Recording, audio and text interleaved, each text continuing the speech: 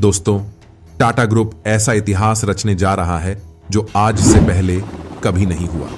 टाटा विश्व स्तर पर भारत का नाम रोशन कर रहा है। आपको बता दें कि भारत और फ्रांस के बीच बहुत बड़ी डील हुई है। हालांकि इस डील को फाइनल करने के लिए चीन और अमेरिका ने बहुत कोशिश की, लेकिन फ्रांस ने अमेरिका और चीन को साफ साफ मना कर दिया। आखिर भारत ने ऐसा क्या जादू कर दिया कि चीन और अमेरिका की बात को नकारते हुए फ्रांस ने भारत के साथ हाथ मिला लिया। इस डील को सुनकर अमेरिका और चीन में कोहराम मच गया है। और आपको बता दें कि यह डील कोई छोटी मोटी डील नहीं है, बल्कि इस डील के बाद भारत को ऐसी ताकत मिलने जा रही है जो भारत को अमेरिका और चीन से भी ज्यादा शक्तिशाली बना देगी। दोस्तों, पिछले दिनों भारत और फ्रांस के बीच कौन सी डील हुई, आज के वीडियो में विस्तार से जानेंगे। इसके अलावा एक और बड़ी खबर सामने आई है जिसके बारे में हम चर्चा करने वाले हैं।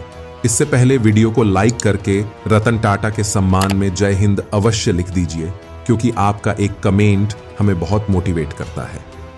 दोस्तों, भारत और फ्रांस के बीच में एक ऐसा पावरफुल फाइटर जेट का इंजन बनाने को लेकर डील चल रही है जो कि इस धरती पर कहीं नहीं बना। इस डील को आप सुनेंगे तो आप भी भारत पर गर्व करेंगे। खबर निकलकर सामने आ रही है कि भारत और फ्रांस के बीच में एक बड़ी डील हुई है, और ये डील हुई है भारत की कंपनी टाटा और यूरोपियन एरोस्पेस ज्वाइंट एयरबस के बीच में। दोनों कंपनियां भारत में मिलकर एक ऐतिहासिक प्रोजेक्ट पर काम करने जा रही हैं, और ये प्रोजेक्ट इतना बड़ा है कि अगर सक्सेसफुल हो जाए तो इसका मार्केट आज 55 से लेकर 60 बिलियन डॉलर का है, और 2030 तक यह 100 बिलियन डॉलर के मार्क को पार कर जाएगा। अगर एशिया में बात करें तो यह फास्टेस्ट ग्रोइंग मार्केट है, और चीन इस मार्केट को कैप्चर करने की कई बार कोशिश कर चुका है, लेकिन बुरी तरीके से विफल रहा है। इसका कारण यह है कि चीन के पास इसकी उचित टेक्नोलॉजी ही मौजूद नहीं है। इसीलिए चीन ने अमेरिकी कंपनी बोइंग और यूरोप की कंपनी एयरबस के साथ डील करने की कोशिश की और कहा कि आप हमारे देश में यह प्रोडक्ट बनाइए और हमारे देश की कंपनियों के साथ मिलकर बनाइए। लेकिन अमेरिका और यूरोप को चीन पर शक था, इसीलिए कोई भी डील नहीं हो पाई। इसके बाद चीन ने अपना पुराना पैंतरा अपनाया, बोइंग और एयरबस के सीक्रेट चुराने की कोशिश की, और फिर अपनी इस चुराई गई टेक्नोलॉजी से अपना प्रोडक्ट तैयार करने की भी कोशिश की, लेकिन यह बुरी तरीके से फेल हुए। इससे आप अंदाजा लगाइए कि यह कितनी ज्यादा कॉम्प्लेक्स टेक्नोलॉजी है। अगर यह तकनीक किसी देश के पास आ भी जाए तो बिना अनुभव के इसे तैयार नहीं किया जा सकता। इसीलिए अब भारत की शान यानी कि टाटा यूरोपियन कंपनी एयरबस के साथ मिलकर इस प्रोडक्ट को बनाएगी। और सबसे खास बात यह है कि यूरोप को भारत पर पूरी तरह से ट्रस्ट है, और भारत उनके साथ ईमानदारी से साझेदारी भी करेगा। इसीलिए अब फ्रांस यूरोपियन कंपनी एरोस्पेस को भारत के साथ यह डील करवा रहा है, और यह डील लगभग हो चुकी है। और अब भारतीय कंपनी टाटा और एयरबस मिलकर भारत में अपना प्रोडक्ट बनाएंगे जिसका नाम होगा H125। क्या है H125? दरअसल यह एक सिविलियन हेलीकॉप्टर है। अब तक इसका मार्केट 60 बिलियन डॉलर का है, और 2030 तक 100 बिलियन डॉलर के पार चला जाएगा। और अब सिविलियन हेलीकॉप्टर की मैन्युफैक्चरिंग भारत में होगी, और भारतीय कंपनी टाटा भारत में ही इन हेलीकॉप्टर को बनाकर बेचेगी और दुनिया भर में एक्सपोर्ट करेगी। सबसे खास बात यह है कि चीन को इस मार्केट का कुछ भी अता पता नहीं है कि हेलीकॉप्टर किस तकनीक से बनाए जाते हैं। अब चूंकि चीन के जो मिलीनियर और बिलीनियर्स हैं, उन्हें भी हेलीकॉप्टर चाहिए। इसीलिए जब ये भारत के अंदर बनेंगे तो भारत से चीन में भी एक्सपोर्ट होने की पूरी संभावनाएं हैं, और भारत को चीन से मोटी कमाई हो सकती है। लेकिन आपका सवाल होगा कि भारत में यह बनेंगे तो इससे भारत को क्या फायदा होगा, यानी कि आम नागरिकों को इससे क्या फायदा होगा। साथ ही साथ इस हेलीकॉप्टर में ऐसी क्या खासियत है? तो दोस्तों, आपको बता दें कि आम नागरिकों को फायदा ये होगा कि इस प्रकार के सिविलियन हेलीकॉप्टर का इस्तेमाल डिजास्टर मैनेजमेंट में किया जाता है। मतलब अगर कहीं पर बाढ़ आ गई, कहीं पर किसी प्रकार का भूकंप आ गया जिससे तबाही मचती है, तो ऐसे में इन हेलीकॉप्टर की मदद से आप आसानी से रेस्क्यू ऑपरेशन चला सकते हैं। आपको इसके लिए भारी भरकम मिलिट्री हेलीकॉप्टर की जरूरत नहीं है। दूसरी बड़ी बात यह कि इन हेलीकॉप्टर में एयर एम्बुलेंस की सुविधा है।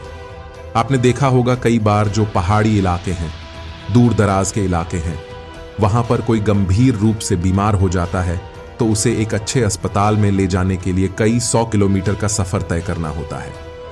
और पहाड़ों में इतने घुमावदार रास्ते होते हैं कि आप किसी गाड़ी को मुश्किल से 40 की भी स्पीड नहीं चला सकते। ऐसे में उस व्यक्ति की मौत होने की संभावना होती है। ऐसे में तुरंत उसे इलाज मिले, इसके लिए एयर एम्बुलेंस की सुविधा जरूरी होता है। लेकिन भारत में यह सुविधा उतनी अच्छी नहीं है। ऐसे में जब भारत में हेलीकॉप्टर बनेंगे तो बहुत सस्ती कीमत में आएंगे, जिससे कि भारत में एयर एम्बुलेंस की सुविधा बढ़ाई जा सकेगी। तीसरा बड़ा फायदा यह है कि अगर आप किसी तीर्थ क्षेत्र में जा रहे हैं, जैसे कि माता वैष्णो देवी के पास, या फिर आप केदारनाथ धाम जा रहे हैं, चारों धाम की यात्रा कर रहे हैं, तो जो बड़े बुजुर्ग होते हैं वह पैदल नहीं चल सकते हैं, चढ़ाई नहीं चढ़ सकते, और ऐसी जगहों पर केबल कार की भी सुविधा नहीं होती। ऐसे में हेलीकॉप्टर की सुविधा उपलब्ध होती है, लेकिन अभी यह बहुत महंगा है और कई इलाकों में तो उपलब्ध भी नहीं है।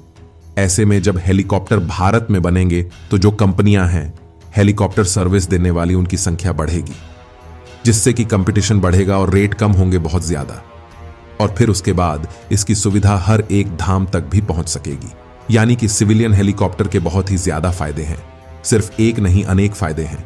इसीलिए जब मेक इन इंडिया होगा, यानी कि भारत में मैन्युफैक्चर होगा, तो इसे हम एक्सपोर्ट भी करेंगे और भारत के जो दूर दराज के इलाके हैं वहां पर सुविधा बढ़ाने का भी काम करेंगे। अगर इस हेलीकॉप्टर की खासियत की बात करें तो ये हेलीकॉप्टर किसी भी मौसम में उड़ान भरने लायक है। ये इकलौता हेलीकॉप्टर है जो माउंट एवरेस्ट पर लैंड कर चुका है। साल 2026 से भारत में इसका निर्माण शुरू हो जाएगा। ये हेलीकॉप्टर गुजरात के वडोदरा में मैन्युफैक्चर किए जाएंगे। दूसरी खबर यह है कि फ्रांस की कंपनी सैफ्रॉन भारत के साथ वह सभी टेक्नोलॉजी ट्रांसफर करने को तैयार है, जिससे कि भारत में ही लड़ाकू विमानों की मैन्युफैक्चरिंग हो सके। आपको बता दूं कि सैफ्रॉन फ्रांस ही नहीं, दुनिया की एक ट्रायम्फ जेट इंजन निर्माता कंपनी है और यह एडवांस टाइप के जेट इंजन बनाती है। यहां तक कि जो राफेल लड़ाकू विमान है उसमें भी सैफ्रॉन कंपनी का ही इंजन लगा हुआ है। इसका मतलब यह है कि सैफ्रॉन भारत के साथ एडवांस लेवल की टेक्नोलॉजी ट्रांसफर करने को तैयार हो गया है।